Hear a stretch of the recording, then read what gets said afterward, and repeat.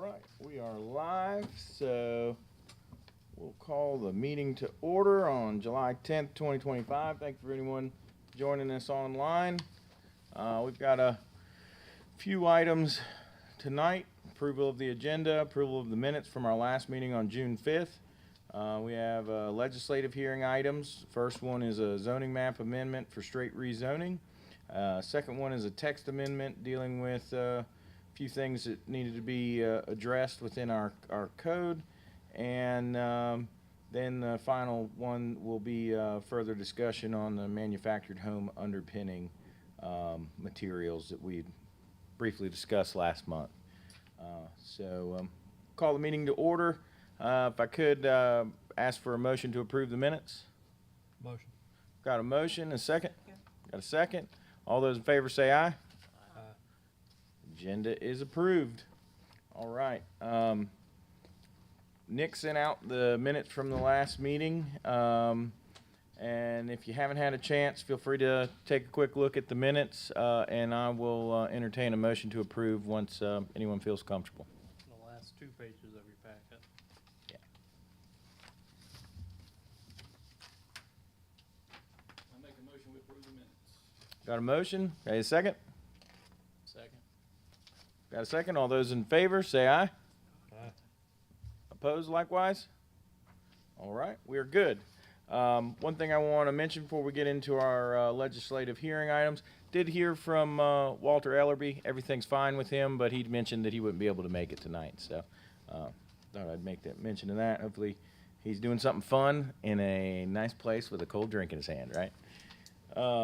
Okay, so Nick, we've got our zoning map amendment for the straight rezoning, ZMA 25-0006. Plank Road Realty is requesting that. I'll turn the floor over to you, sir. Yes. So, there we go. So it is a straight rezoning, and like we've gone over before, but I'll briefly do it again. It is a legislative hearing, so it's unsworn, facts and opinions. Anyone can get up and speak on the matter. So as always with these types of rezonings, the planning board will hear it first and provide a recommendation. That recommendation then goes to the commissioners, who will take that into consideration along with the recommendation of the planning department and their own analysis of it, and they'll issue the final decision. So just a quick overview of it. So the property in question is approximately 2.25 acres in size, currently zoned as medium density residential, otherwise known as R20. The applicant's seeking to rezone it to highway business, or HB.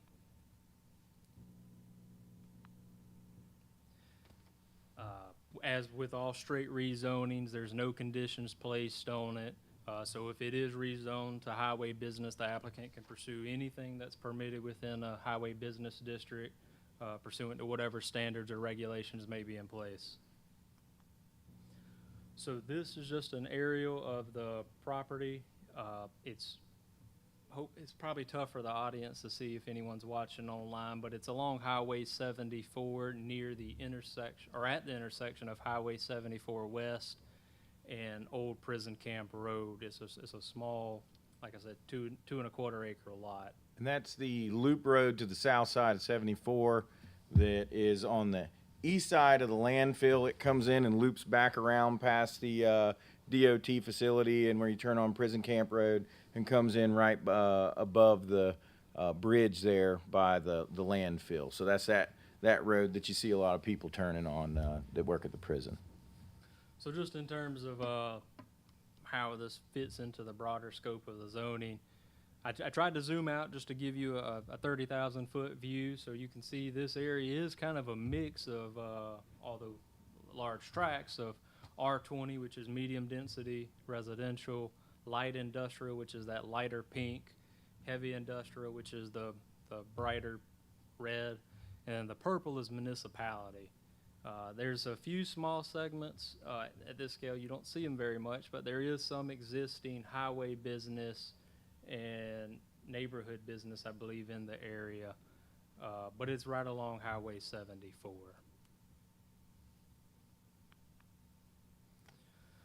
This is just the conditions as they exist today. One note is there's actually, not in these photos, these were shot before it was placed, but there's one of those pod storage boxes, or rent-a-box. I forget what the actual company name.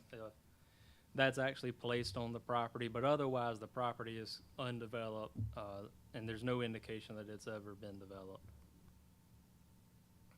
Like I was just saying here, you know, most of it is cleared and grass. There's a little bit of woodlands, but otherwise it's undeveloped. There is access to public water and sewer.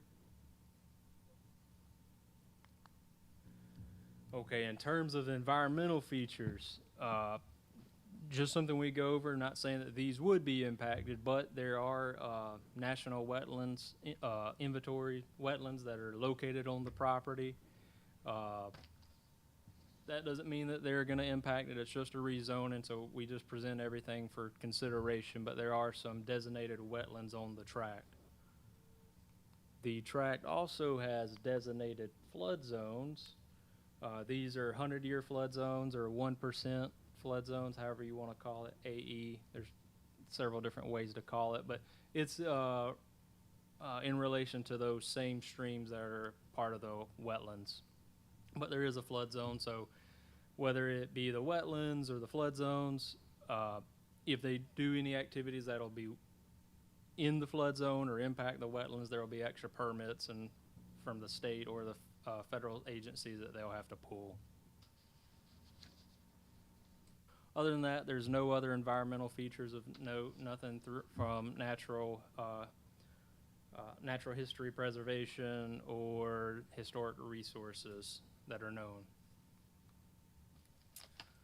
Just a quick overview.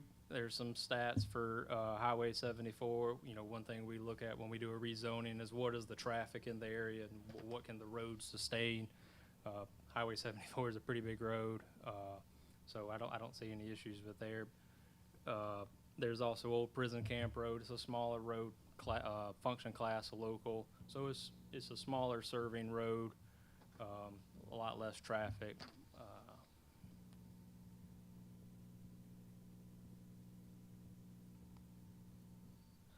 In regards to zoning history, this parcel's been zoned as R20 since we've had zoning.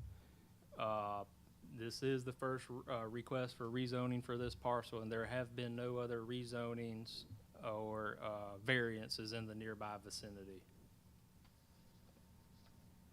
Whoa. Well, I guess we're done. So the other thing we do when we consider zoning decisions is we look at its alignment with the land use plan.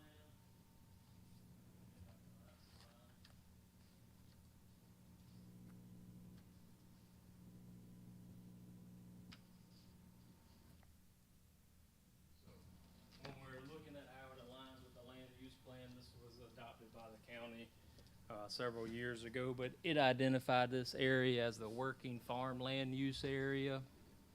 A rezoning to highway business would be most analogous to the suburban commercial center, but it's not a one-to-one match. So, but anytime we have a rezoning, we do have to consider how it aligns with the land use plan and acknowledge that if we do rezone it, we're also committing to adjusting the land use plan accordingly.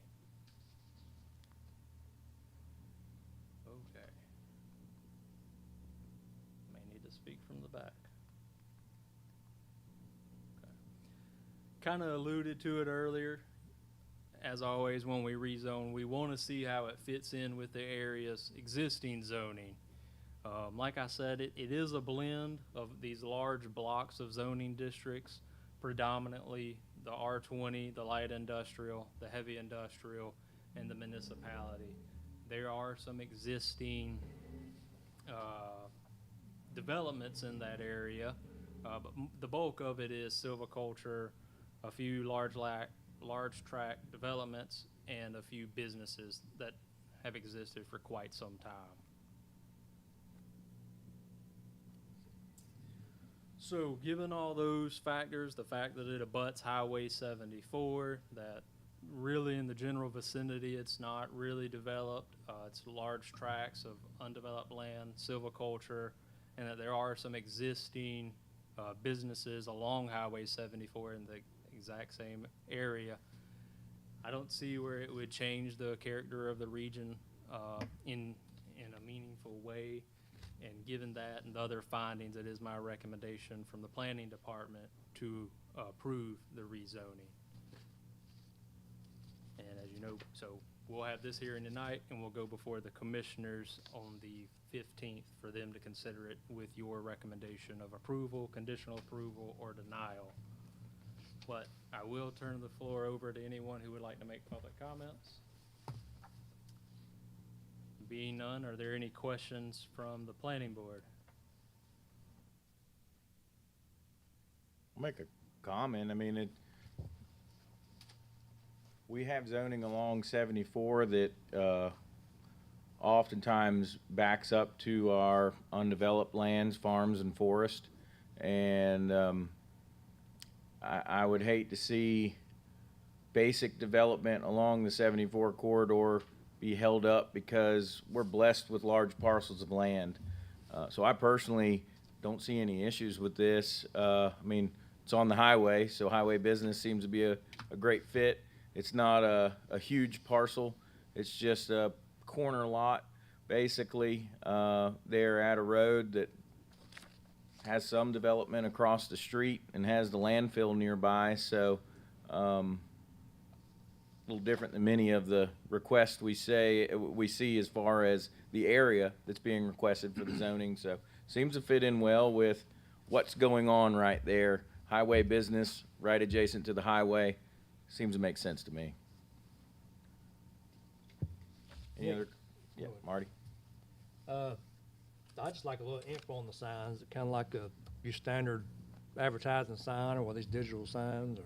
So while we do know that that's what the applicant ultimately wants to pursue, since this is a rezoning, I mean, again, they could pursue to build a Walmart there or anything. Right now, the applicant is considering installing an outdoor advertising sign. There are regulations. They've already checked with my office to make sure that they didn't want to rezone if the regulations were going to prevent them from installing the sign. So if it is approved for rezoning, they could pursue that, and they already know ahead of time that it does pass those regulations. The regulations for that has to be X number of feet from an existing sign, has to be setbacks have to be met, that sort of thing. I think they're still deciding whether it'll be digital or not. But since it's a rezoning, we just have to keep in mind that although that's what the applicant's intent is currently, if it passes, they're not bound to do that. Anyone else? I'll entertain a motion to approve or deny the request. I make a motion to approve. We've got a motion to approve. We have a second. Second. Any further discussion? All right, being none, all those in favor, raise your hand and say aye. Aye. Aye. It's unanimous, no opposed. So zoning has been approved. Nick, if you'll get the paperwork, I'll sign it at the end of the Well, meeting. there's none on this one. None on this one? Nope, Okay. it'll go to the commissioners Perfect. on the 15th with your recommendation of approval. We'll do this whole presentation and public comment period again, and then the commissioners will issue the final decision. But now you've kind of blessed it with your recommendation. Okay, perfect. Appreciate y'all's interest in some further investment in the county. All right, we'll move on to the next item, which is the text amendment, TA 25-002. There's a number of items in this, and Nick, I will let you have the floor and kind of guide us through it. And I guess the thing that I would ask is if there is something in a significant change, just a why. Yep, in the presentation will pretty much highlight most I of figured that. it would. Did you have a question? Oh, I'm sorry, I thought I saw you raise your hand.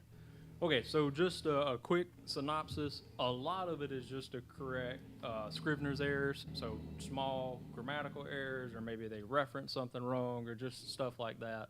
So I'm not. We'll be here all night if we go over that.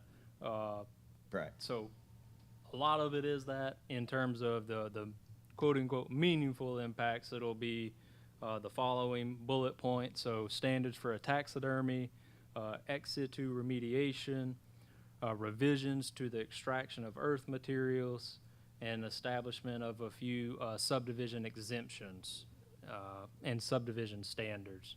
So we'll just run through those.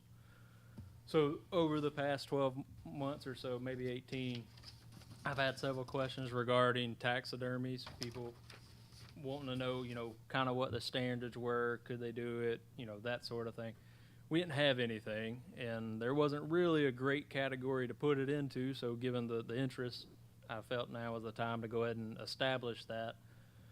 The bulk of it is just going to be referencing state and federal standards related to those. Well, let me back up a bit. Let's try and do it in order of the ordinance. One thing I did do is add it. Somebody could pursue this as a home occupation, so it just adds it as a new category under that permitted use. So, a question real quick. A lot of the taxidermists in our county have had it as a home business, and it was before zoning. That's correct. So that's still gonna allow folks in the rural parts of the county to still do that. Yeah, the existing ones would be grandfathered Right. in. This is just for new ones. Okay, So good. they could either do it as a home occupation, or if they need to do it as a standalone business, as its own parcel elsewhere in the county, it would be under these standards. Most of the standards are going to tie to state and federal standards and regulations. Only other one we really added that didn't tie to some state or federal standard would be item D, which basically says just dispose of the materials properly, don't leave them outside to rot and that sort of thing. That's really the biggest standard we're looking for with that. Okay. Got a little typo in this. On site is on sty. I'm sure that's just this slide, but thought I'd Are you mention in seeing that? case it's. For D, Site burial. on-site burial is prohibited unless 3 approved. lines Oh. up from the bottom. Yeah, and I Spell don't, check didn't catch that. I don't like that statement. Which I don't one? think they should approve any burial of the remains. I think they should have to, No, Have a it says it's disposal. prohibited. unless approved by the health department. Well, we can always revise it. I mean, that's just my opinion on it. I mean, Under I mean, what but I would say- circumstances would they yeah, maybe that's a approve better. it? Right, I don't think there's really ever an instance where they would approve it. But I don't want to say that, I don't know all the health and environmental health codes and regulations. So I would rather them have the opportunity to comment and say yes or no, as opposed to me pretending that I'm the authority on that. But if you guys would like to recommend that be stricken, we can. It would just carry as a recommendation to the commissioners. Like I said, that's just my opinion on it. If it were to be approved for one case, I mean, that would be, Right. Mhm. And I don't know how they would handle, the blood and the guts, the things that are liquid. I don't know, typically, if you're only getting one taxidermy, a deer every once in a while, I don't know, I can't imagine somebody would want to put that down their septic tank, but I guess some be people. surprised. I was about to say, what I Yeah. think isn't what other people are gonna do, and that's why I would like to say it's prohibited unless there's some special rule for environmental health. But when it comes to taxidermy, there's not a lot of remains left. Yeah, usually it's been Deer caped. or something, yeah. Mhm. Right. And, I think in this too, we need to also keep in mind, while we think a deer being mounted, a lot of times there might be a fish, which would be a whole carcass, might be a turkey. I've seen fox, squirrel. Well, really, with my client base, I've seen a little bit of everything that they could legally have taxidermied. So, And even like with the wildlife refuge, when they had that snowy owl that was hit on the road, they got congressional approval to be able to have it taxidermied, and I believe it was done by a local taxidermist, so they could put it there in the museum portion of their office there on the refuge. So, you know, with deer, absolutely not a whole lot of waste, right? With other animals, you start to get a little more of the concentration of blood and guts and Right. brains and whatnot. I would just err it on the side of caution, saying I don't know everything. I think it should be prohibited unless there's some special regulation that the health department says that they can do it, but it has to be done to XYZ standard. And they're the regulating agency for the compliance of this, correct? That is as well as the state and federal regulations, which I tried to reference all Yeah. in here, or administrative codes. Wildlife Resources Commission. Yes. So Mhm. I know I wouldn't want my neighbor burying it. I understand with that. Absolutely. If you would like to make a motion to strike that, Yeah, and Certainly. since we're considering multiple things tonight, if we want, we can just do each one. If y'all just want to, if there's anything you want amended, we can just do it while we're on that section. would you like to make a motion? I think I will on that one, yes. Yeah. So, You just want to I strike that whole will, section? it sounds like you're at requesting to make a motion to strike out, unless approved by the Anson County Health Department, so that it would read, on-site burial is prohibited. Period. All right. We get a second? Second. I have a second. Any further discussion? All those in favor, say aye. Raise your hand. I can agree with that. Makes sense. All right. It's been approved to strike that prohibited, unless approved by Anson County Health Department, would be struck out of it. There's a lot of things we've done in this county over the years that were the old way of doing things. I think it's wise when we have an opportunity like this to modernize some of our environmental practices, especially. It ain't gonna hurt anything and make it where we're a cleaner, healthier place. So, Okay. And I'll take that recommendation to the commissioners on the 15th. excellent. Okay, so the next one, as you all are probably aware, we've had a few businesses over the past year or two who have done ex situ remediation facilities who haven't been the best stewards of the land and have caused considerable issues, and just kind of leave it at that. But so this was a chance for us to establish standards. That way, if a business like that ever wants to come back again, there's going to be some very strict and stringent criteria they would need to meet to even have a shot. So set it up so that it's approved by the Board of Commissioners as a special use permit, minimum lot size of 10 acres. Your packet and the materials that are online go in a lot more detail. I didn't put everything on the PowerPoint, but they would be required to submit a site plan, an operations plan, or a rehabilitations plan. And so these materials would tell us everything from what type of, sorry, I should have backed up. Is everybody familiar with what ex situ remediation is? After the fact.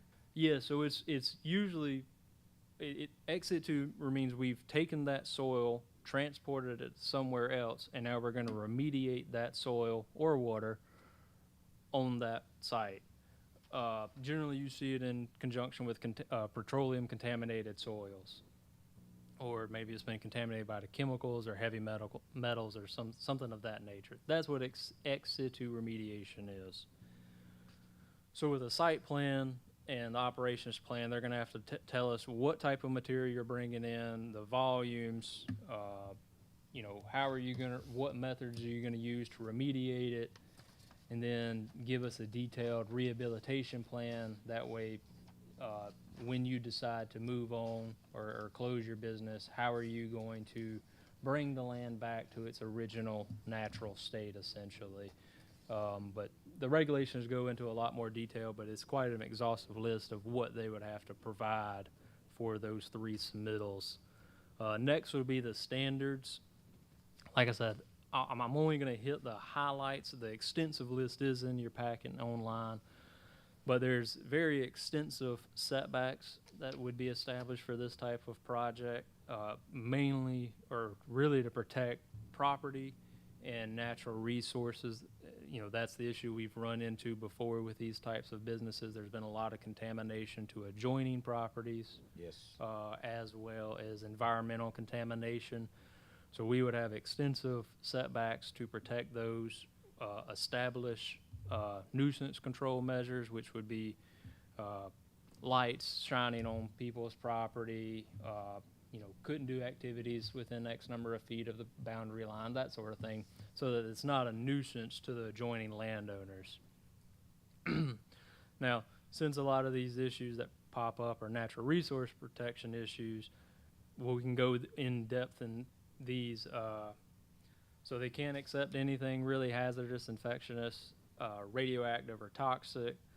Couldn't be contaminated with pharmaceuticals, byproducts, micro and macroplastics, medical waste, or PFAs. Can't accept human waste.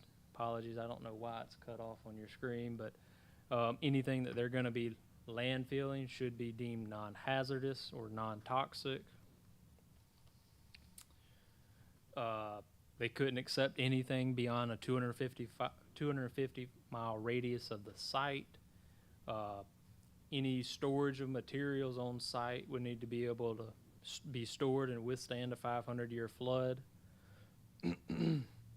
And they would need to install storm water control measures and erosion control measures just to make sure that the material on site stays on site and doesn't run off or be carried elsewhere. Like we've seen on several sites. Correct. Yeah. That's correct. And that's where a lot of these measures have come from. And I think for folks watching, the problems that we have existing in the county that we're not going to name for legal reasons, they were established before zoning went into place. So this is a way for us to protect our county going forward, to make sure that if a new business like this were to come in, we have additional protections for both the environment and our citizens to ensure that we don't have nuisances that shouldn't be here and could be denied based on these sort of regulations we're adjusting. Can you, the 250-mile radius, is that kind of standard, or can you shrink that to? Yeah, I thought the same thing. Yeah. That's a big area. We could shrink it. I can tell you, I've looked and looked and looked. I cannot find another county in North Carolina that regulates these types of facilities. So we'll kind of be the trailblazers on this one. But yeah, we can always, if that's your recommendation, I can carry that to the Board of Commissioners. Yeah, I've got a couple of things. I wanted to let you go through this, but there's a couple Yeah. of things I wanted to address That's fine. once you get to that point. And, but yeah, we're almost done, and it won't take but a slide more. Sure. So operations and rehabilitations, there's a lot of references I've put in that reference state and federal standards for how these places need to be operated and rehabilitated. And then establishing a reclamation bond. So it would be the sum of $75,000 plus $10,000 an acre. And like Chair Boothby alluded to, you know, we won't go into specifics just due to legal reasons, but that's an issue where we've had in the county. There's been contamination, but there's no money to fix it. And if they go belly up, it's just a contaminated site and there's nothing we can do. So putting this bond on requirement on them gives the county something to call on to try and remediate it should there be a bad actor, or should the company go under. Let me ask this, with the, I'm trying not to say the road it's on and all to be Yeah, too obvious. yeah. With the one that we're alluding to, would, and it's, let's say it's 10 acres, since that's the minimum, I don't know the acreage. Would $175,000 be enough to fix the problems they've caused? So that's the other thing I've looked.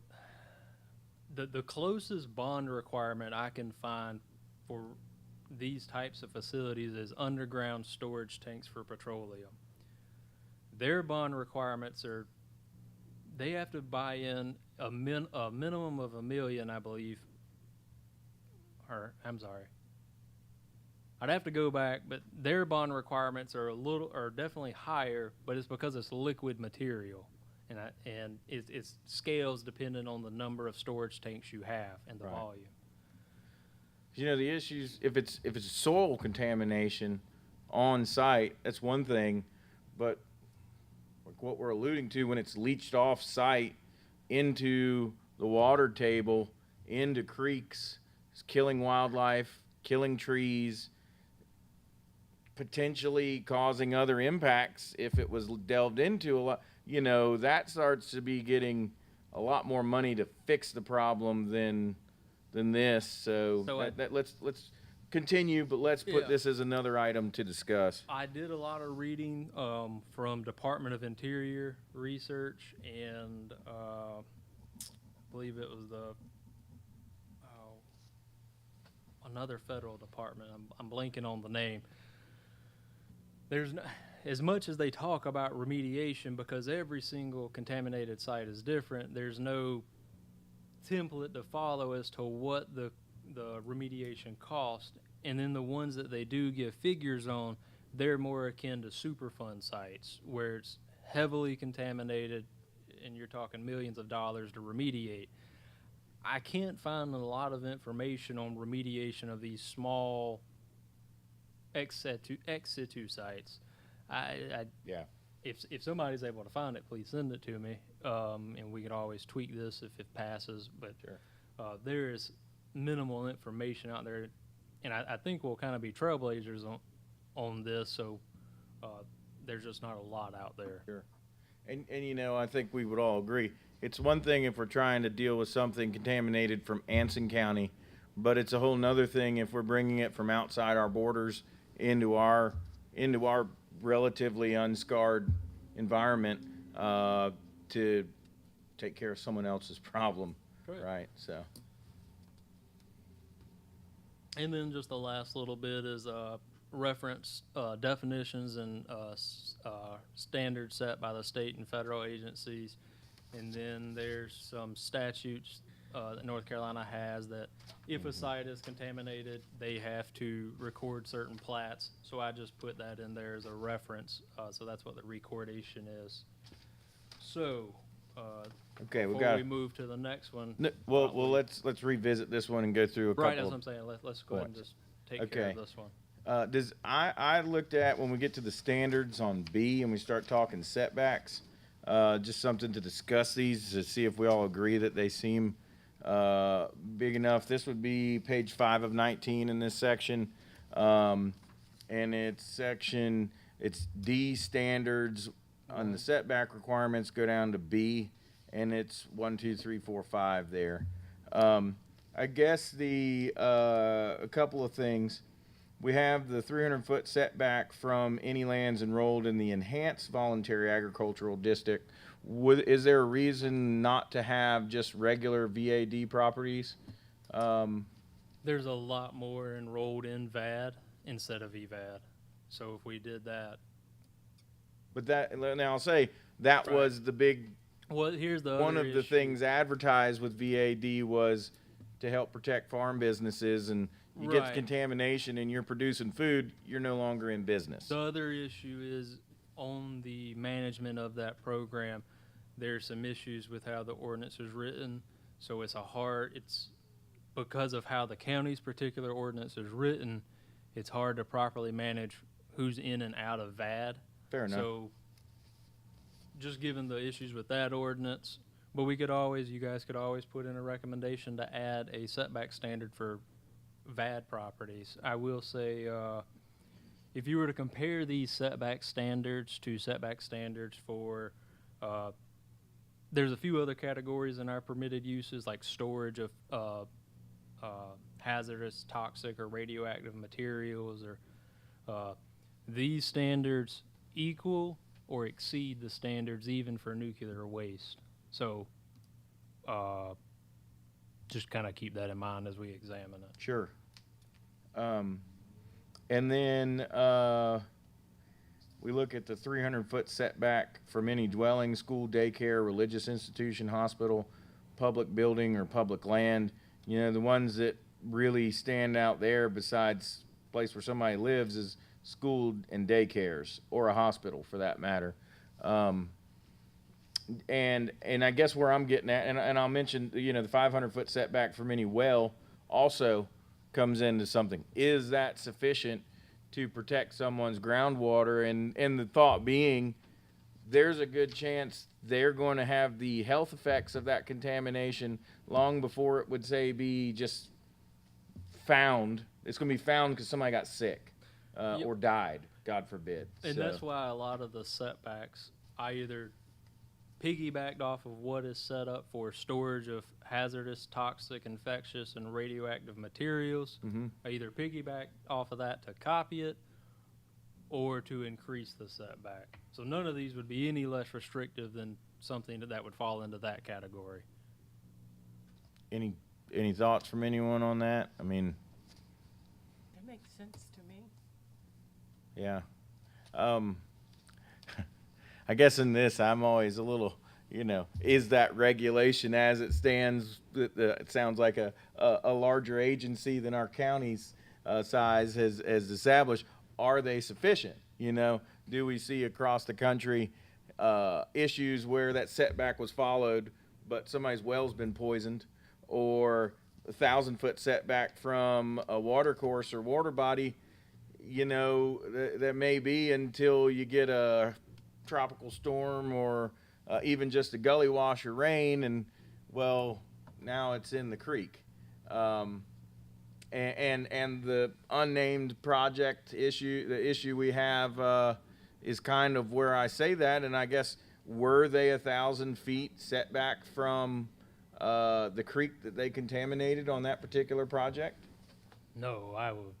So that was I don't not. think so, but if you were to piggyback off our setbacks, though, if we look at, it'll be in your packet, it's page 6, subsection F and G. With that wording, I mean, however they store that material, it has to be able to withstand a 500-year flood event. Mm-hmm. For comparison, that's equivalent to what's happened in Nashville. So, Sure. we're putting very strict regulations in. I wonder, I mean, I almost would rather take the school or daycare out of the section 300 foot and put a 500-foot setback on schools and daycares. I know that's going to be restrictive of some sites, but we're not talking about a chicken house or something that we know what the health impacts are. We're talking about stuff that'll poison our water and potentially our children. So I would like to make a motion to make a sixth requirement there that says a 500-foot setback from any school, daycare, or hospital, Could you not add it under number 4 where it's 500? or transfer it to number 4. Yeah, just tell me what you want. Yeah, I'll- yeah, okay. if- So I'll if we make a go- motion to transfer the school, daycare, and hospital into the section 4, which gives the 500-foot setback from any well. So that way we add some added protection for our children and sick folks. Can I get a second? Should we add that water as a water source also?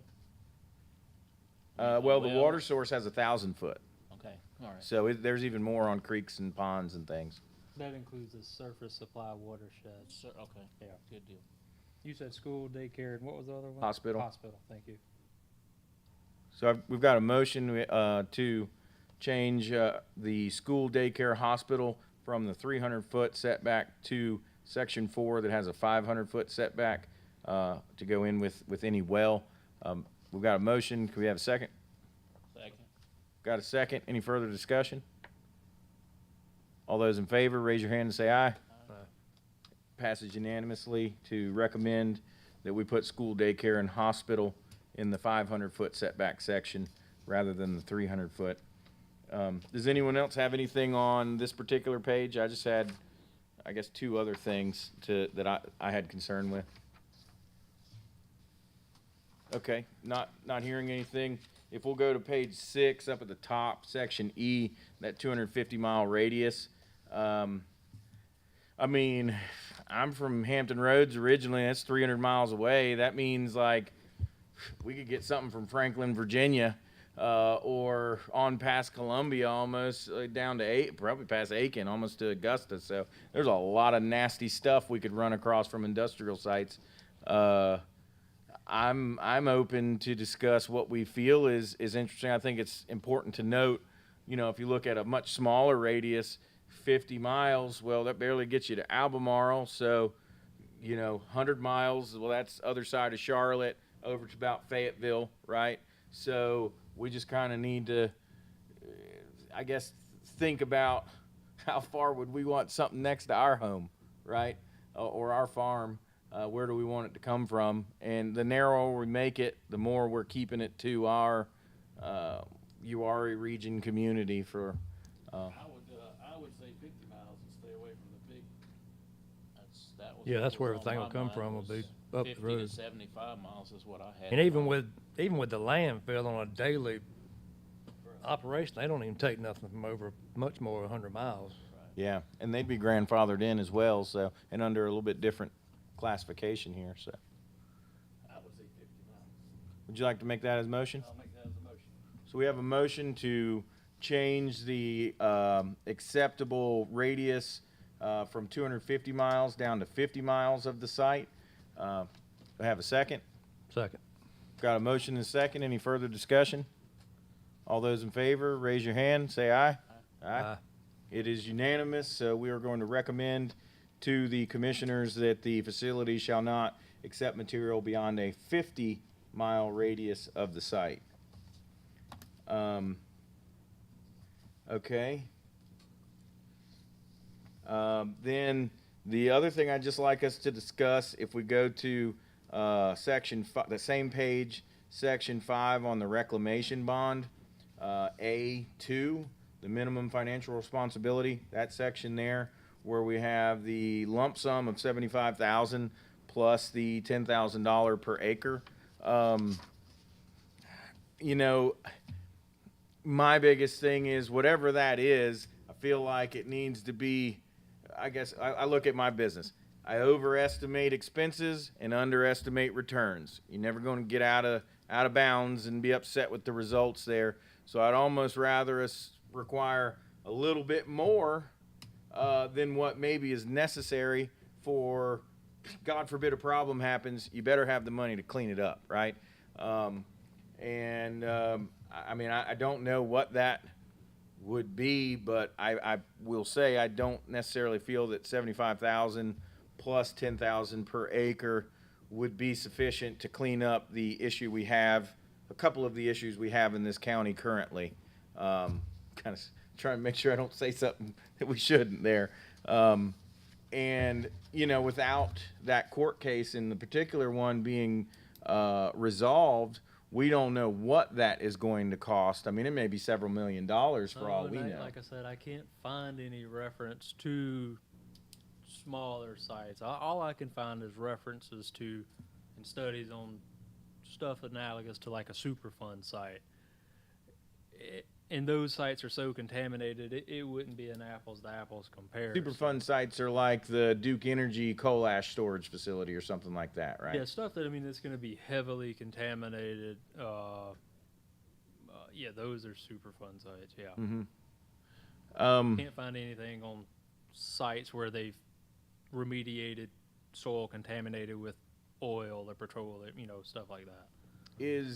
And I mean, okay, let's say it's a gas station, right? They would kind of fall into this as well, or do they have their own The regulations? state That's requires state them required. to get a underground storage tank bond, and Do you know what that is? That requirement? not off the top of my head, but while we talk, I can pull it up. If you would, because I mean, I think that's probably been proven for even a liquid contamination to be able to be cleaned up within that amount of money.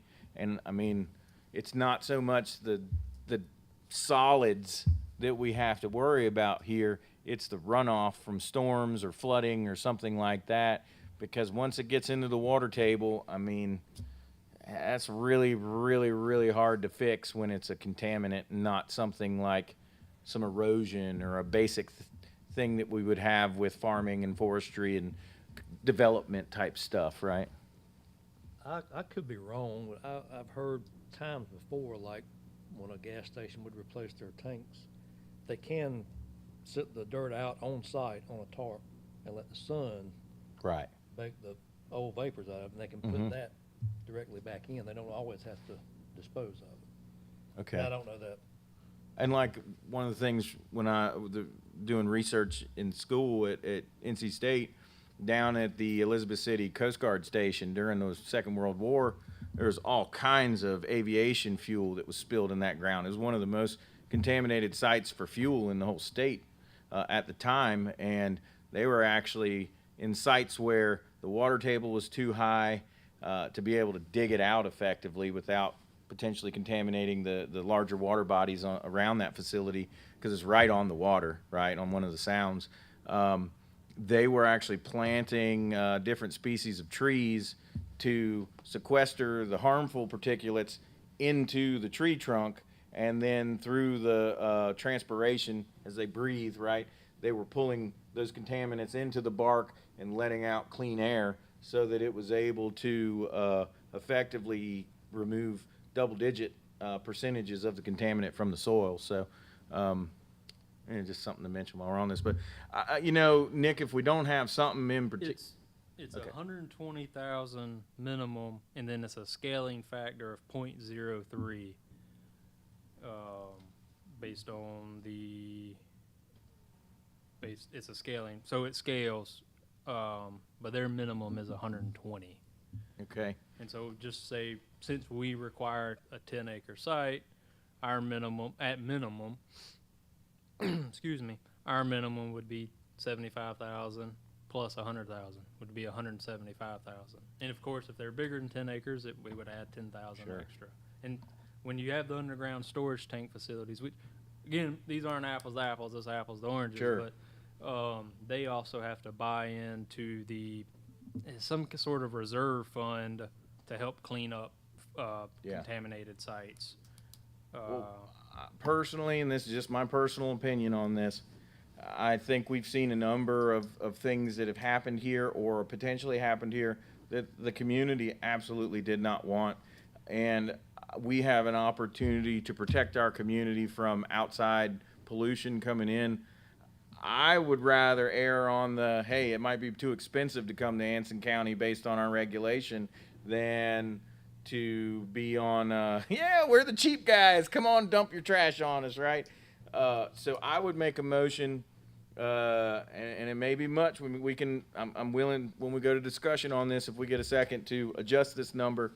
But my suggestion would be that, my motion would be that we change $75,000 to $150,000 as a lump sum, and the per acre rate to $25,000 an acre, so that it may be cost prohibitive for a contaminated remediation company to come here, but it's going to ensure that they get out of compliance. There's money there to fix it. So my motion is $150,000 instead of $75,000 and $25,000 per acre.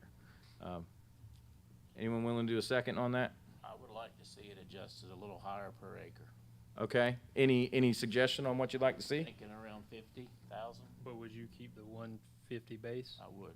Okay. Okay. So the motion, I'll agree to that adjustment to my motion to say a $150,000 base payment and $50,000 per acre to ensure that we have an ample amount of remediation money if someone gets out of And compliance. if we get oil or something like that, I think, Marty, you're correct on the fuel, but you get oil, kerosene, diesel fuel, it's not gonna evaporate. Right. Yeah. So you're gonna have over $1 million to clean that up probably. Yeah. So I think we need to protect that with Yeah. some of that money. Absolutely. And I mean, we've all seen, try and build anything or get some equipment to do anything major. You go to build a 1 acre pond now, you're talking close to $100,000. So, it That's gets expensive. non-polluted. Yeah, material. non-polluted, that's right. Okay, so we've got a motion, just to recap, so, with the discussion, and we'll do some further discussion, we need it. A base payment of $150,000 lump sum plus $50,000 per acre. Do we have a second? Second. Got a second? Further discussion? None? All right, then we'll go to vote. All those in favor, say aye. Aye. Aye. Opposed likewise? All right, we've approved that recommendation, and I think that's wise. I mean, part of why we're here on things like this is to help protect Anson County, and hopefully our recommendation makes our commissioner's decision a whole lot easier to do, add some things in to prevent problems that we've seen in the past and are currently going through, for that matter. Boothie, does that cover everything for you? Yeah, let me just look. Yep, that covers my concerns in this, and so we'll move on. Was there any others? Did anybody else wanted to I address? didn't have any, no. Okay. So the next one will be revised standards for extraction of earth materials. So these are standards that, in looking, had an opportunity to revise some of it, to strengthen some of it, and then it's provide some needed revisions to bring it in line with real world business practices, so to speak. And we'll kind of get into those as we go. In terms of where it's permitted, that stayed the same. I didn't change anything on that. Because any of it requires a special Class A special use permit anyway. Yep. Yeah. Yep. And much of this is stays the same. So some of it, we won't go into great detail. I'll try and just hit the highlights on it. Mm-hmm. Did revise the minimum acreage to reflect statute, 1 acre. The site plan, that stayed the same. So did the operations plan, pretty much stayed the same. Only thing we added was they needed to indicate truck routes to and from any sites. Okay. There was some discussion on that. Rehabilitation essentially stayed the same. There was some Scrivener's errors. Fixed that. Then move into standards. So our current regulations are lacking in some of these, so we established them. Again, just like we did with the prior one, just want to protect property and natural resources, so we established setbacks, nowhere near as intensive or onerous as the Exit 2 sites. But we did establish setbacks. They're in line with kind of what you would see for industry standards for these types of facilities across the state and different other jurisdictions. Excuse me. Apologies. I like to see that Establish. there's also some noise Yeah, pieces yeah. in this and timeframes. Yep. I So know that's establish some concerns a lot of screening people. requirements. Those are the same as what we do for solar facilities. And I don't know if anyone's driven past where Barrett and Solar's installing their solar panels. You look, you wouldn't even know it's there for the most part. You'd really have to look pretty hard. So it's a good screening requirement, especially if you're going to have an open pit mine or something like that.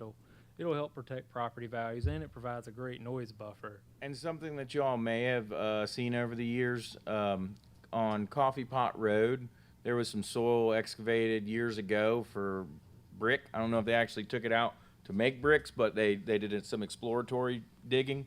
And just glancing over these requirements, they already exceeded those. And unless you were a forester working next to the property, you didn't even know it was there. And I can say that I've been all over the creeks next to it, and it is a very clean property from the neighbor's perspective, at least, right? No impact. So I think the industry standard we'll often see is even greater than what we may be requiring here.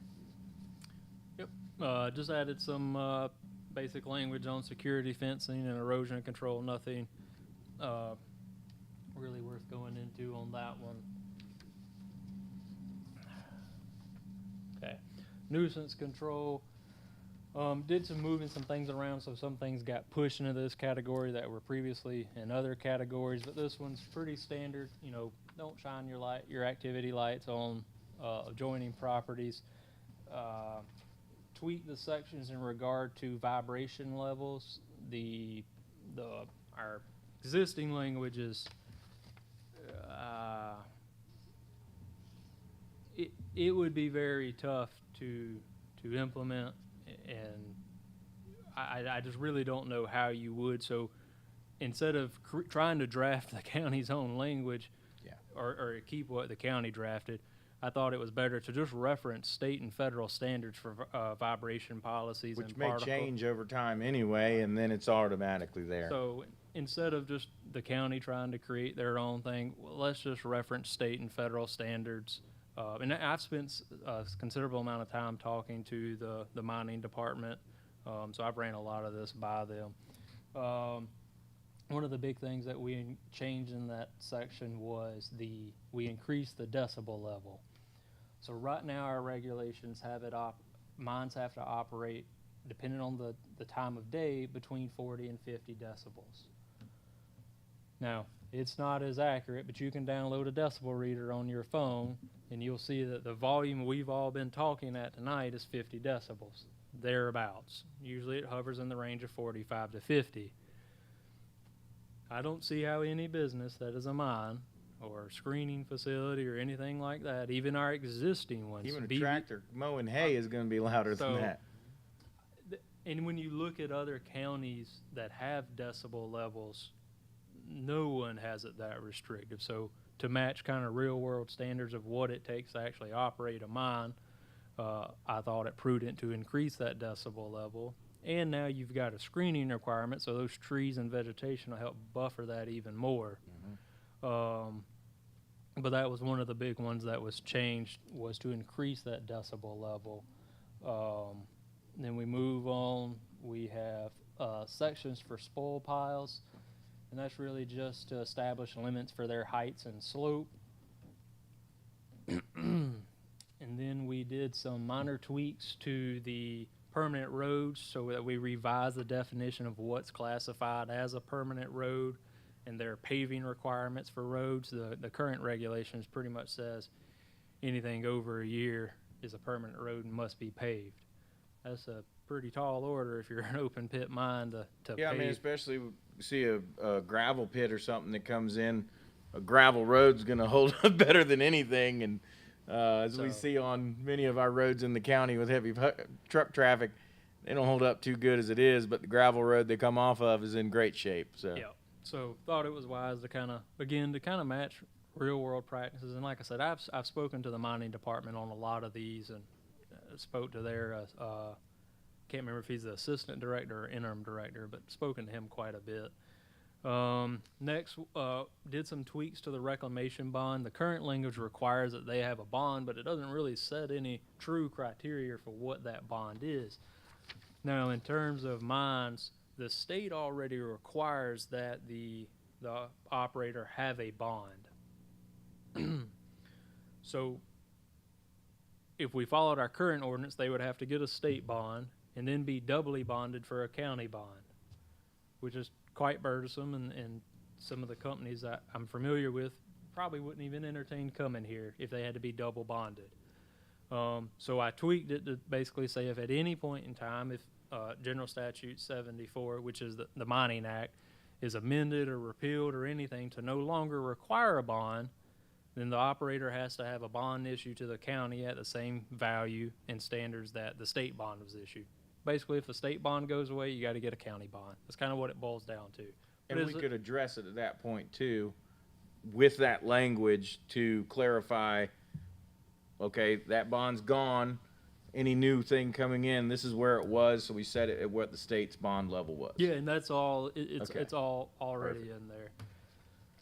The other sections just reference some standards and statute references, just so we've got to don't have to hunt all that information down Who again, polices the nuisance as far as like the noise? lights and whatnot. Yeah, and the noise and the lights. It would be just like any other issue. If somebody complains, they could report it to us, and the planning department would investigate it. I was just curious. I didn't know who was. Now, if it's a new operation, if they show us a site plan that shows a light's going to be pointing right at the property, we're going to question it.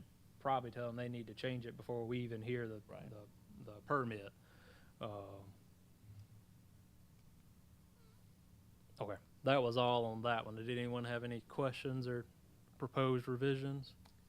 No, I think this was gonna. There's some rumblings. This is gonna come up with some proposed projects that are being investigated. I've heard of 3 that may come to our county, and you know, Vulcan in Rockingham has operated for a long time. We've had BV Hedrick in this county for a long time. A lot of regulations have changed since the heyday of BV Hedrick, where if you're from the Lylesville area, you see some of the negative remnants, right, versus what they're doing now with modern standards. But as the Mint Hill facility, Vulcans, and the Rockingham facility come to you know, the end of their lifetimes over the next few decades, even if we don't see something before then, there's granite left in the ground in Anson County and other minerals too. There's a lot of gold here. There's a lot of different things. If you talk to folks that are in that business, that we have a lot of. And Hedrick has actually started granite mining. Again. Yeah. Okay, good.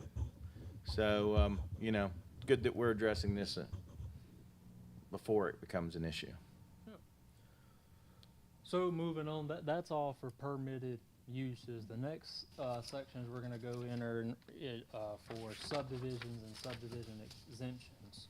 So right now with our current zoning map, approximately, I wanna say 63% of the county, 61% is zoned as RA5.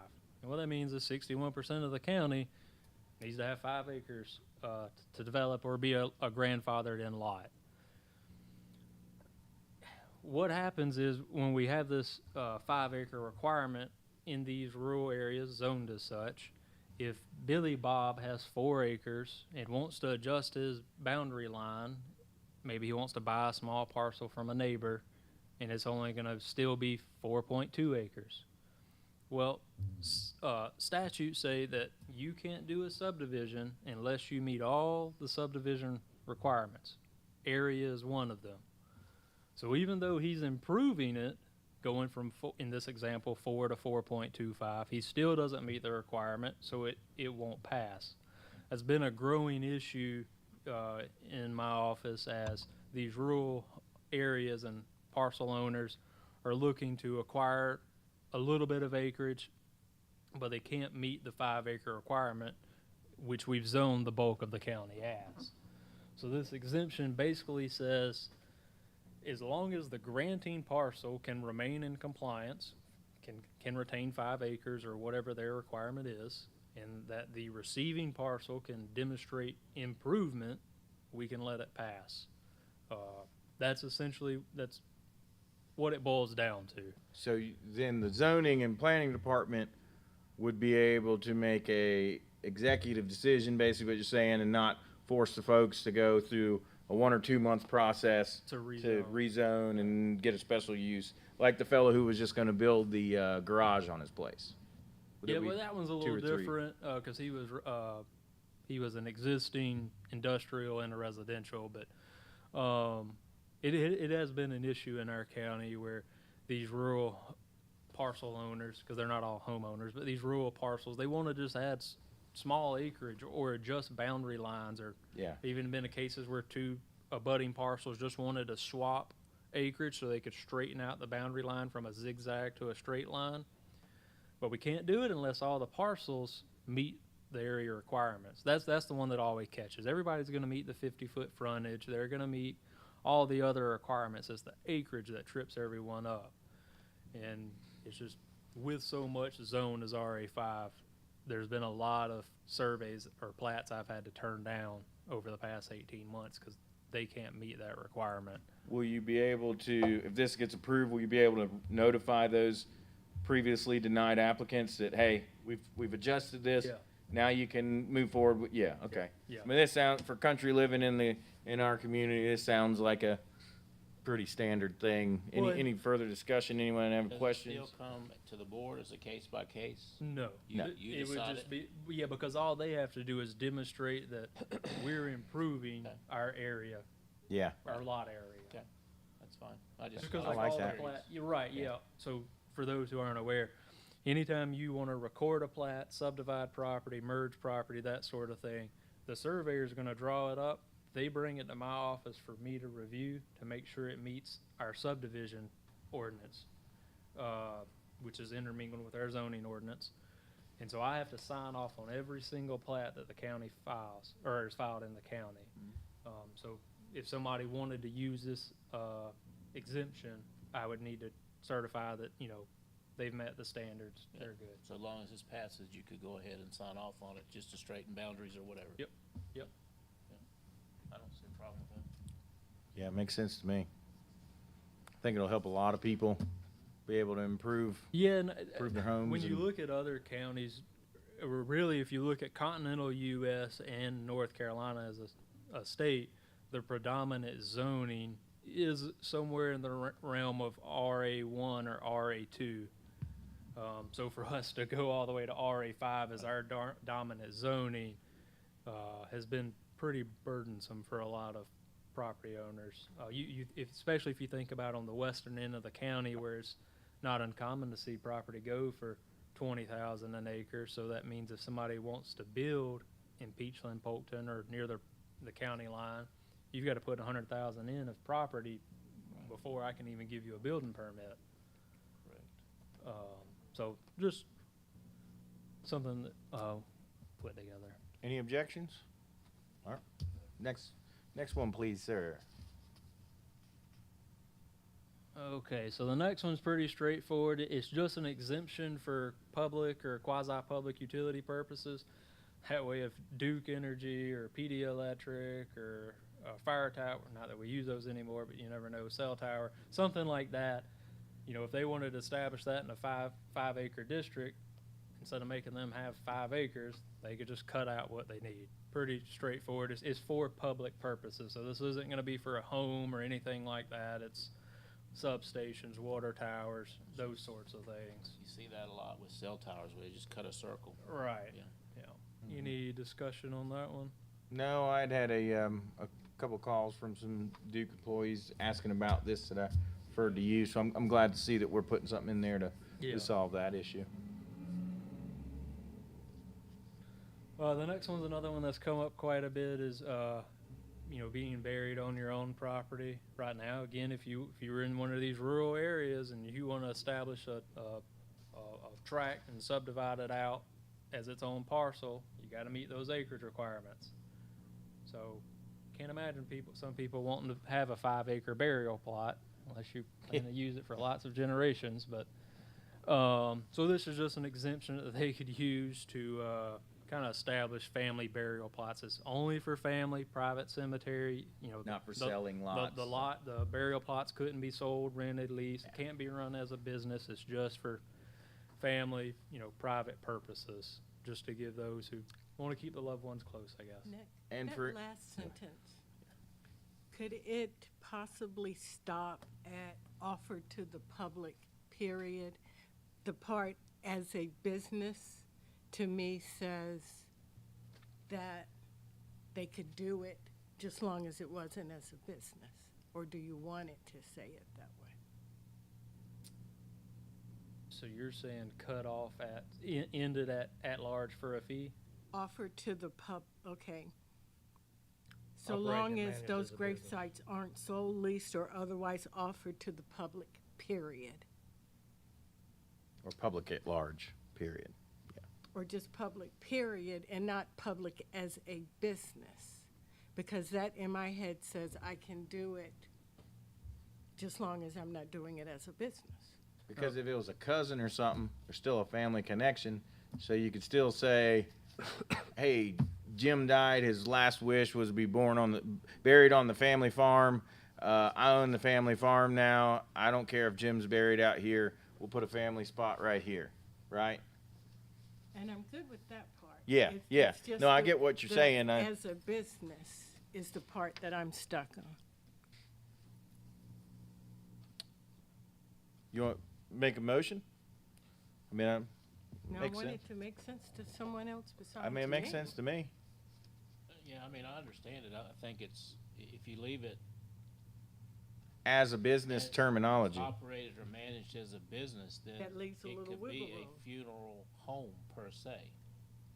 If you applied for the business license and went through the state's recommendations to become a cemetery, right? Well, it's saying that it's not to be operated as a business, provided that the burial plots are not to be sold, rented, leased, or otherwise made available to the public at large for a fee, or operated and managed as a Lights business. come on for me too. I'll make a motion that we strike out for a fee or operated and managed as a business and leave it simply as, the part before this, but not to be sold, rented, leased, or otherwise made available to the public at large. Okay. And strike out from for a fee onward in that. And I want to make sure I'm on the same page so that Yeah. I can convey it properly to the We were going commissioners. off of the screen there. And I was going off of, Mm, What page do you see it at? Where? it is 16. 16, See. Okay. first paragraph under the cemetery. Sorry, I was following along, and here's behind on my paper. No, Okay, yeah. So In item 7, correct? Yes. yeah, Okay, yeah, it's the same as what's on the screen. yes. Okay, it So we should- would it should strike be. out from for a fee onward in that, so it would end. you're At- still on a different paragraph See the than public me. at large. See that bottom one there? No, I'm up here. Oh, the stuff at the top is just me kind of laying it out for y'all as Yeah. a quick read. It's not the regulations itself. Yeah, the grade Right. part Grade below it part is the actual. regulations itself. I apologize. I'll if- still if I stick didn't with make that- my motion to strike out for a fee onwards and have it the statement end at made available to the public at large, right? So by Okay. doing that, Then, right, because this is a family cemetery. If you're doing like Levitt Funeral Home did on 742 South, you go through the official process of creating a cemetery with the state and the county and everyone. And so in this case, it's just flat out saying you're not allowed to sell these lots, right? boy, it wouldn't say that if you struck it. Or not to Leave be it in, sold, it rented, gives us more. It gives us more more power as protection. it. Okay. Yeah, I missed the knot right there above the, I think Yeah. you need to leave it in. yeah, Okay. I missed the knot to be sold, It's more restrictive if you leave it. right. yes. That way Fair enough. you cannot. I'm okay with that. Was that? Melanie, you good?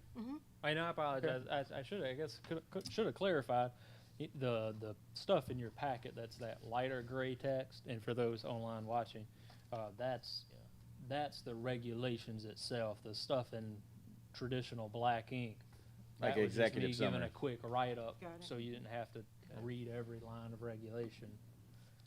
So I apologize on that. That Leaving cover it your like concern, that Melanie? says it cannot be managed as a business. Yeah. Correct, and it can't be sold for a fee.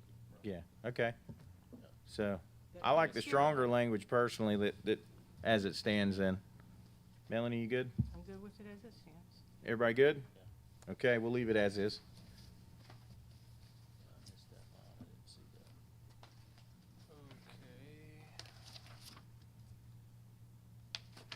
And then just to kind of close it out, we always talk about, do these revisions align with the ordinance and the policy goals at large? My interpretation and opinion is yes, that they do.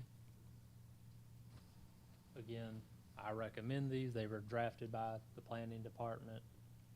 And at this point, if you guys would like to give a recommendation, I've already got your amendments, so we'll just include those with any recommendation you provide. Okay, I make a motion to approve it with the adjusted amendments. My second. got a motion and a second to approve with the adjustments that we voted on. Any further discussion? All those in favor, say aye. Aye. Opposed? None? All right, we give you approval to recommend this to the commissioners with the changes we made. With the changes and approvals. And the only thing that I would ask is if they ask why we said some of these things, or changed some of these things, it was that we felt it gave the county and our residents more protection on sensitive projects, especially like with waste materials coming to our county, to avoid these issues that we've Yeah, been yeah, to be stuck clear, with. I don't take it personal when you. Oh, I guys- know. When you amend what I wrote, I'm a department of one, so sometimes I don't have stuff to bounce people off of. Well, and I So- know we've got folks listening, and Yeah. it's on public record, so just Yeah. try and make sure I use my words and don't pull a Curb Your Enthusiasm and sound like an idiot by Yeah. not speaking, right? But yeah, so I don't take any offense to the I mean, you do a great job on this stuff and make it easier on us to be able to see these parts and know. being that there's no one in the public. I'm gonna assume there's no public comments, and we've already done your portion. That was it for that. So we can close that hearing out. The only other thing we have on the docket Is the underpinning. is the underpinning. So, you know, we had discussed last time the materials approved for underpinning. So I started looking at all the surrounding counties, and I did look at other counties, but I just didn't put them in this spreadsheet that you see. It's the third to the last page in your packet if you wanted to take This a one look right here? at it. But so just every county handles manufactured homes differently. So some of this is going to be a little generalized, but in general, a Class A is typically a double wide. A Class B is typically a single wide, and C or D are usually categories where they didn't meet all the criteria of the preceding categories. Maybe it's too old, or maybe it didn't meet HUD standards or construction standards at the time. So that's just to kind of bring you up to speed on that.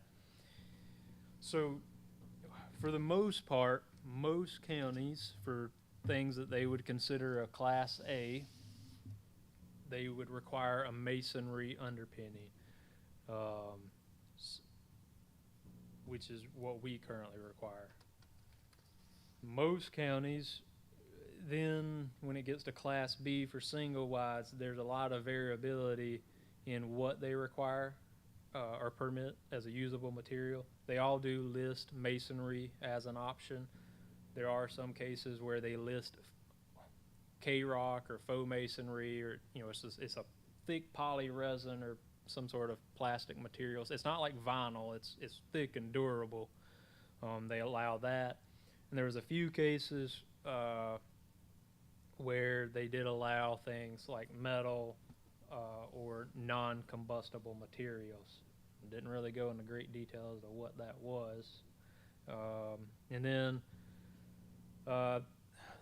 Some other categories you can look at is how do they regulate them when they're within a manufactured home park. And again, there's a good bit of variability in that. Again, they are always going to allow masonry. They wouldn't stop anybody from making it, masonry. But there's variability. Ours is currently, it depends on what class your manufactured home is. Some other ones do, again, allow that K-rock or that faux brick or whatever you want to call it, and some do allow cinder blocks with stucco or metal. It just depends on every particular county. I saw some counties, they have some particular regulation for existing manufactured home parks. They have regulations that say, okay, if you were a manufactured home park and you were originally permitted or established, say 10 lots, and you've had lots vacant, or you have a lot where they're going to swap out the unit, their regulations say that, in some counties say that you can only add to vacant lots or swap out units if all the roads are of passable all-weather condition, and if they all pass underpinning requirements for whatever that county may be. It was basically put in as a safeguard to make sure pre-existing mobile home parks are all brought up to standard. It's kind of what it boils down to. I've reached out to the tax department to see if they could run an appraisal comparison to see how the appraisal part compares. I have not heard back from them. I've reached out to about 8 or 10 different builders to see if they would give quotes on an imaginary project so the county could consider regulations. Haven't heard back, so I think some I couldn't get a hold of, and others I think once they realized it was kind of a make-believe project for us to write regulations, you know, why waste time? May have been their mentality. I don't know. I didn't hear back. But I think I would say conventional wisdom says it's probably brick's probably going to be the most expensive, followed probably by metal, probably then K-Rock, and then vinyl, which is currently prohibited. But as just conventional wisdom, I couldn't get any quotes, so Sure. not for the lack of trying though. Well, you know, being that we have a limited amount of information, but we are seeing that some of our neighbors, and I will say, might be for manufactured home parks, but even Union County allows, besides just masonry type things, right? They don't have the metal in there, but they are allowing other things. I personally like our ban on vinyl. You know, our discussions from that in the previous meetings, we all see where that has led to problems, and it's potentially a fire hazard. I like, outside of the vinyl part, I like Richmond County that gives a lot more leeway to the residents to customize how they want to do this and make something fit within their particular budget and style they want for their house. It does include the metal. I think if we did not have some residents as well as some business owners in this county bringing up concerns about metal, right, we wouldn't be talking about this anyway. We have not heard objections from the tax department directly, even when we've asked them. We haven't heard objections from fire concerns, right? So it's safer than vinyl. It's relatively non-combustible material. So I would like to make a motion that we create an ordinance similar to Richmond County that includes the metal, the faux masonry, block with stucco, and masonry, does not include the vinyl, so that we have a general wording to go by, right? So we're not reinventing the wheel, but we're updating what we do allow to meet some of the requests of our constituents. I will say another way it could be handled, Okay? just throwing it out there as an option. So, well, I'll be the first to admit our ordinance sections pertaining to manufactured homes should be rewritten. It reads pretty wonky. So I'll be first to admit that section does need to be updated. In regards to underpinning material, one way we could do it, and it would be more on a case-by-case basis, is if you kept the standards the same, you could allow applicants who want to say if you had someone in a mobile home park and just hypothetically say they were all metal and they wanted to install a new unit, didn't want to do brick, they wanted to do metal, they could ask for a variance, and then it's more on a case-by-case basis instead of opening the whole county up to metal or faux masonry or whatever. I mean, that would be, I'm just putting it out there so I all the still options are out there. hesitate to agree with you on that, simply because, like, let's say a farmer is expanding, or maybe he's changing the way he houses some of his workers, wants to offer some worker housing. Well, he farms can are exempt. entirely. Okay, well, then let me think of another example. We just have to be careful because we've got a mess in Polkton right now, that's right. mobile homes, and if you Yeah, ride that's through there, it's a mess. Yeah. And I, it's, for one, would not like, I don't like that having the metal, no. I don't like it that. doesn't look good. I mean, you've probably been through there. I don't know how many times, but Is that in town or? yeah. And 'Cause we I can't fix guess- that because it yeah. is town. Yeah, right, and their ordinance reads Add that to the county, significantly differently. then we're gonna have areas of the county the same way as Polkton. And that's why I think the wording of it was what we were really looking at, because, like, you go out to Cairo, parts of Morven, outside of the town limits, right? Lylesville and places, there are hundreds of modular or mobile homes with metal underpinning that are legacy, grandfathered in, right? That they look great. And we'll always have some of those that border on out of compliance or a bad what we may consider bad ordinance wording, right? May give issues like what we're seeing in Polkton. And like I said, if we weren't having people who I've been to their properties and seen how nice it looks, right? If they weren't making concerns, then I wouldn't be, championing this for them. Yeah, I understand that. I but- think we just need to be careful about how we Yeah, word it. And one thing too, you gotta worry about if you're the neighbor looking at that Right. manufactured home, what it's gotta look like every day. Right. Not just the person living there, but the neighbor. and if it's color coordinated and it looks nice, that's one thing. If it's scrap metal and bunch of crazy colors and all, that's a whole nother thing. And We've got an issue with Nick policing that, Right. because if Sure. it's 16 gauge and it's 2 thousandths thinner than 16, he doesn't have time or staff yeah, to police that.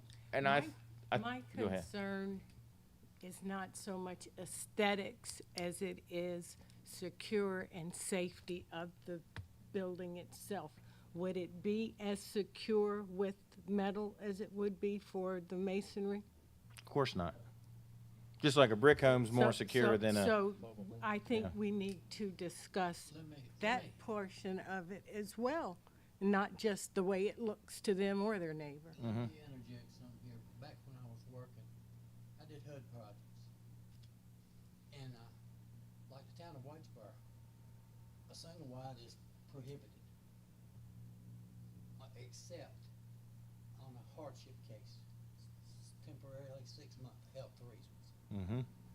All right, double wides, if you cut the tone out and you underpin it with masonry or brick, it becomes real estate on the tax bills. Otherwise, it's not. Insurance companies have a problem with that. Okay. We ran into big problems with HUD. Even with getting a That's loan why on it. everybody at Richmond County has pretty much got masonry in. Nick, do you know when you were looking at Richmond County, was anything said about insurance issues on things of that? Now, I'll say I know these folks that came to me, they all have all their stuff insured, so I know they do, but they may be grandfathered in or so. I don't. Or it could be a different rate too. Sure. And that would be on the particular person to do more research. I mean, The tax office makes it, am I correct? Tax office makes it real estate. You cut the tongue out and you underpin it, it becomes real estate instead of a mobile unit. sure. Insurance is different on that too. And probably And getting loan. and a loan, yeah, a loan is different, Oh, yeah, A lot of things. yeah. You know, as much as I'd like us to vote on this tonight, it sounds like there's a lot of unknowns that we don't have. I mean, Um, I'm like Melanie, I think we need to consider the safety. Yeah. And we know brick or mortar is gonna be the safest route. And I guess my mind is on Texas, you know, the things Yeah. that we're seeing Yeah. now. Granted, it hasn't happened here, but who's to say it won't? Sure. I mean, Marty, Well- you said And I would Louisville was, If you're in a want- mobile home I and would there's want something like it- that, it's floating down the river no matter what you Right. have it pinned to. right, And I mean, up But in the I would- mountains, there's a I bunch of would them that sleep washed better away. knowing that So, it wasn't because I agreed that it was okay for them to put something that isn't as structured as But it I will should say- be just for cost. yeah. The only exemption that supersedes all of these county ordinances, there is a statute that says if you own the mobile home but are renting the lot that it's placed on, the jurisdiction, whether it be the county or the city, cannot force you to put masonry underpinning. Doesn't Because mean you we, don't own the land. right. Doesn't mean we have to allow vinyl or metal, but it does mean that we can't force masonry. And although our ordinance doesn't really say that, I know that. And so I'll run it as a different class and let them do the K-Rock, Okay. faux masonry, whatever you want to call it, the panels that connect together. So it sounds like we need to do a lot of research. There is and more that, then yeah, Get the ordinance adjusted as we did tonight on some of the other stuff. yes. So the ordinance adjustments I'm talking about in relation to manufactured homes are their classes and how it's written, not so much about underpinning. Right, So I but- guess, so what else do y'all want me to research on this matter? I guess I'm a little unclear on that. Is there anything in particular you want to know? Because right now, no text amendments in relation to underpinning have even been written. So do we need to write that at some point? Yeah, I mean, if you got, but I need to know what direction to go in Right. if we want to.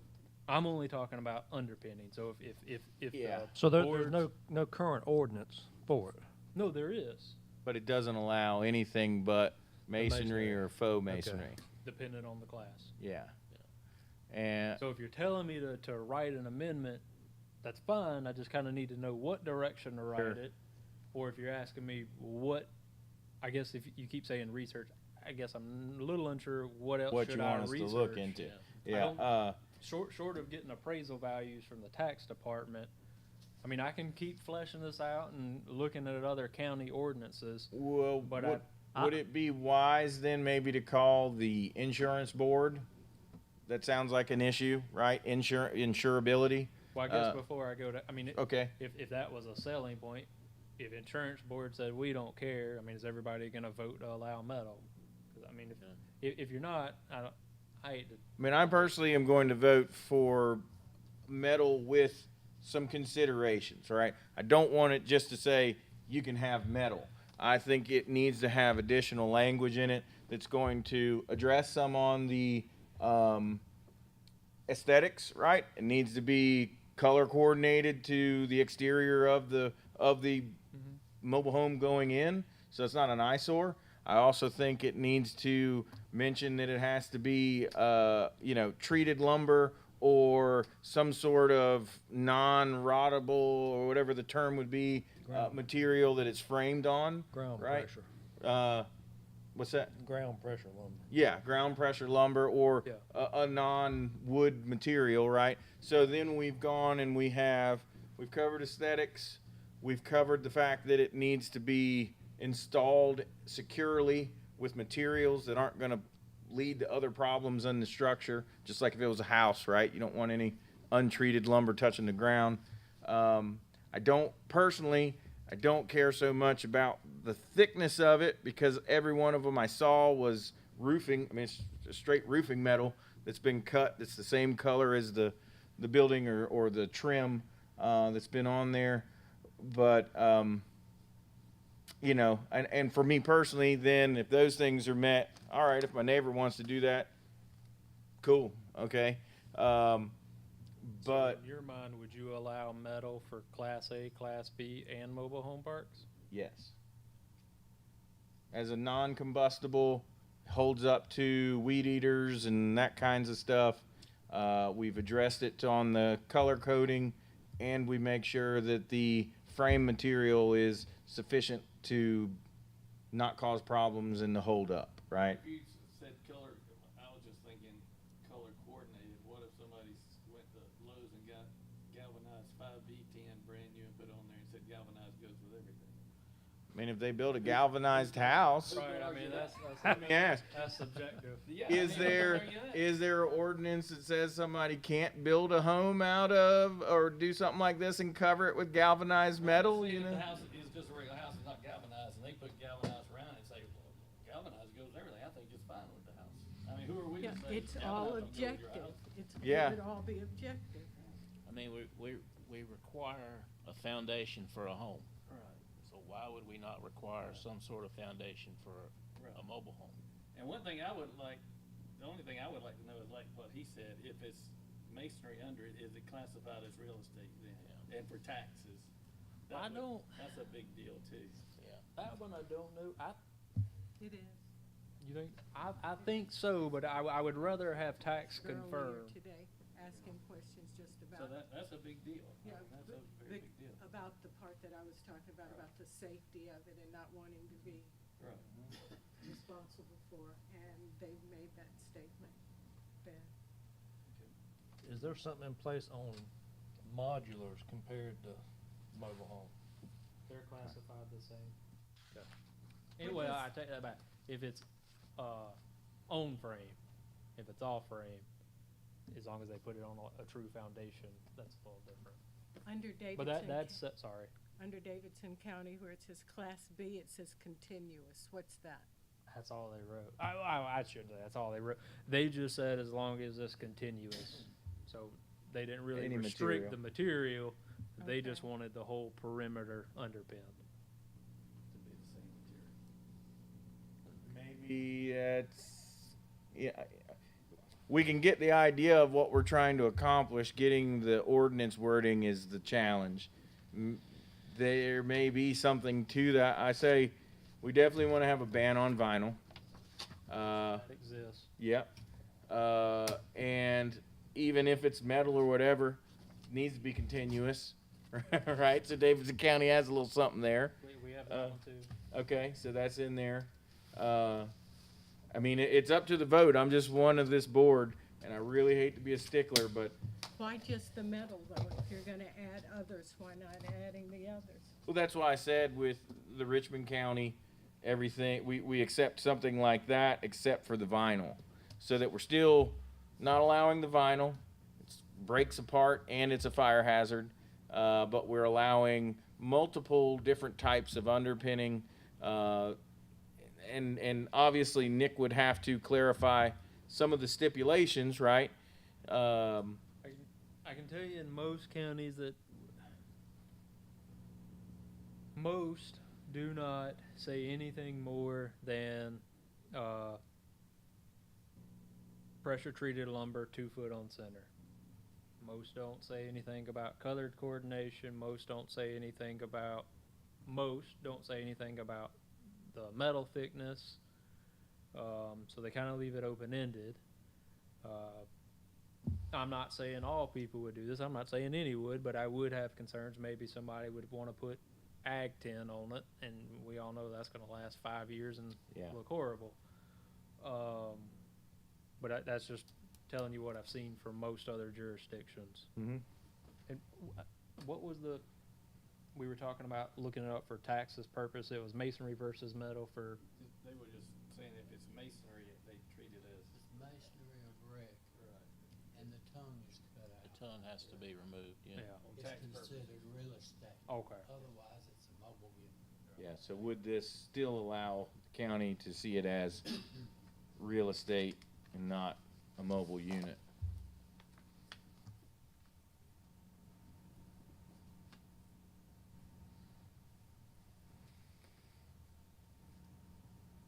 And you were talking about treated lumber earlier, were you? Yeah, for the framing behind it. As well? You know, it needs to be material is, if it's wood, it needs to be treated. And, you know, certainly So like Stanley County has treated lumber, you'd want that listed also? for the framing, yeah. In that wording. But, you know, I've seen people build metal structures. A lot of these, well, our barn dominium we built, it is all metal frame, right? So you've got, the inside may have been done one way, but the structure itself is aluminum studs, things like that, or galvanized. I'm not a builder, right? But it was a all metal construction, and you know, so somebody wanted to use the equivalent of treated lumber in a metal form as their framing, you know, even better, right? Because that'll last forever with it. So, Nick, I guess the question that needs to be posed to you is, what else in guidance do you need from us to feel confident that you can answer our questions? And what I would request is like propose a draft wording on what that might Well, look I like. guess, to me, and maybe I'm wrong, but it seems like most people are against changing it in regards to underpinning. I know you're for it. Sure, but I'm only one. So, not I'm to be brick. blunt, but I don't wanna, Okay. I'm brick. I don't wanna Okay. It's just me. spend days on it to fail. Okay.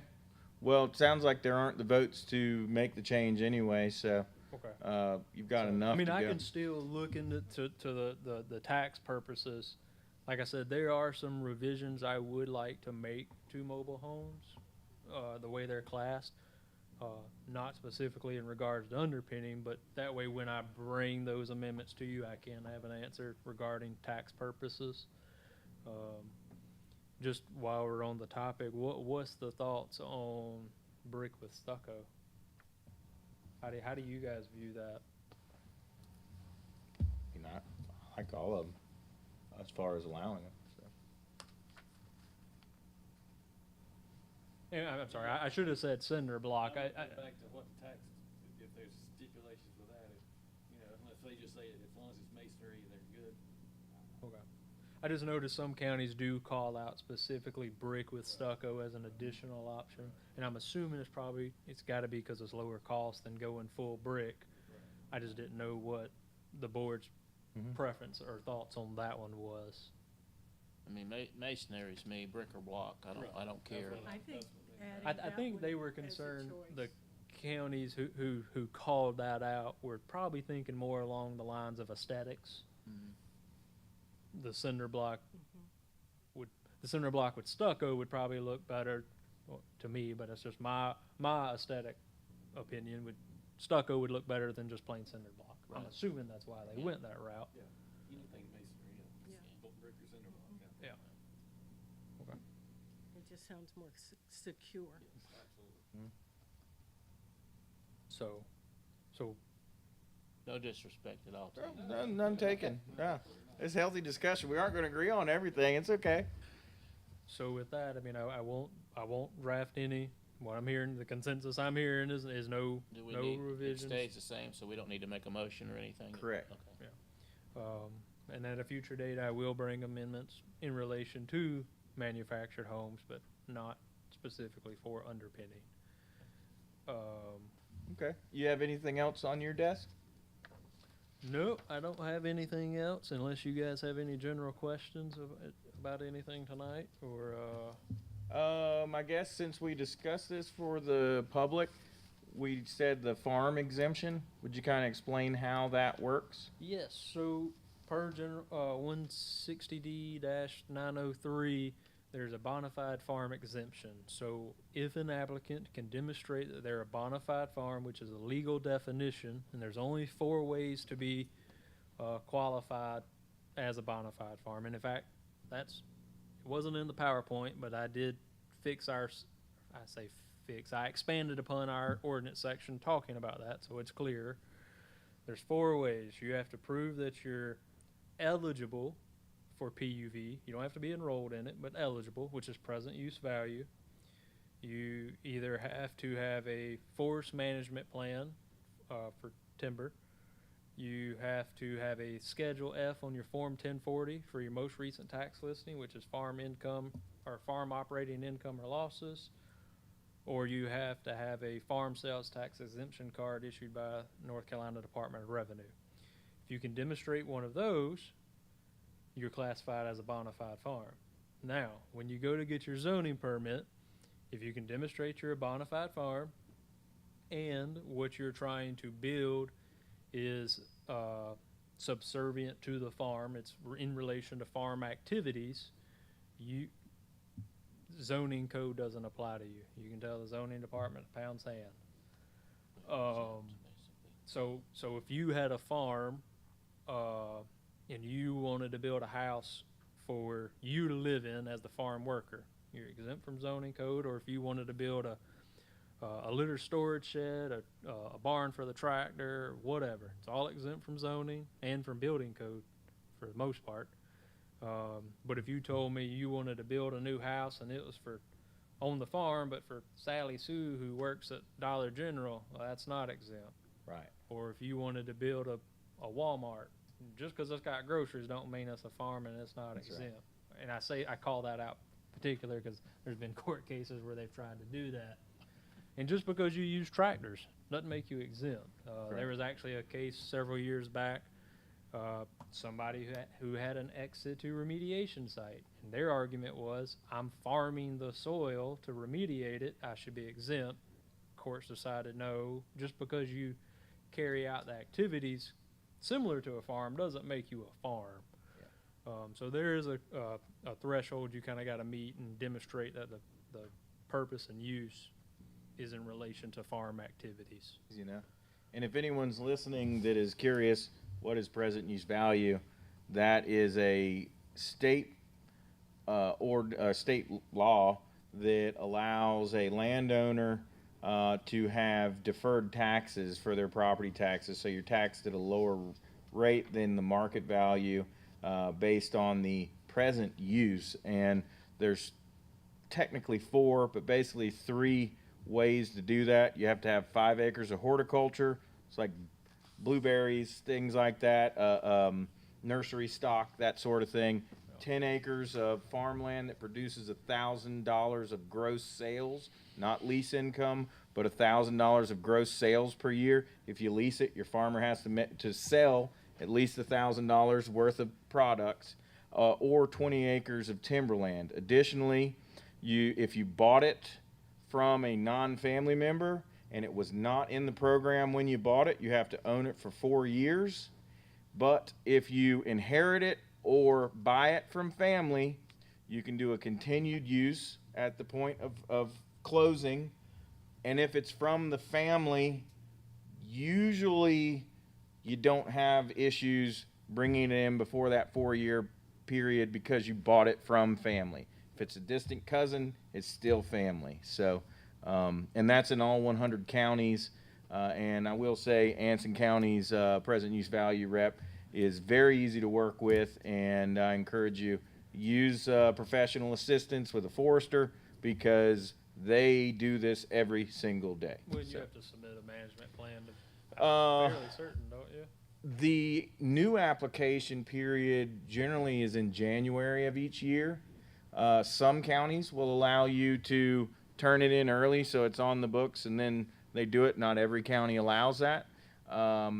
And I'm not going to say what the Anson County policy is because I don't know for sure, right? I think you have to submit a management plan. though. You do. Oh, You're you right, yeah, absolutely yeah. have to have a management Yeah, plan. that's Sorry. what I- that's what yeah, I was and saying. for forestry, you have to have a management plan. Yeah. So that can be written by the Forest Service. You can write it yourself, or you can have a forester to write that for you. And it needs to be a registered forester in North Carolina if you're going to have someone, a forester, write it for you. Pretty simple though. There's an audit. 1/8 of all properties in a county have to be audited annually, and every 8 years you are supposed to be audited. You end up signing the application again. In some counties, you at least will have to update your management plan. Yeah. And a good rule of thumb, if you're in the program, if you do some timber harvesting or anything like that, just notify them that you are commercially managing your timber and you've got your update done. So pretty simple. But if you don't know what present use value is, now you have a much better idea. And, well, I think it's a great program. Absolutely. I will say on the county side, from the macro, we do lose a lot of tax revenue that way. We'd lose a lot of every farm in this county, timber and farming related, would be gone Yeah. if we paid full property taxes though. So, But well, that's all the items we have. Does anyone have any comments they want to make? Melanie? I have something we need to correct. I know we already voted on the minutes from the last meeting, but the header needs to be corrected. It says April. thank you. I'll You're fix that. Thank you. You got such a keen eye. She helps us on the TDA board too with those little things like that. It's always good. All right, well, take a motion to adjourn. Motion to adjourn. Second? We're adjourned. Thanks, everybody. And is a good chance I won't be here next month. I'll go ahead and let you know that. Okay. Well, hope you'll be doing something fun with family. Yeah. Sorry. Oh, Lord. Danny, which day doing anything Monday, with the cold Tuesday, and drink.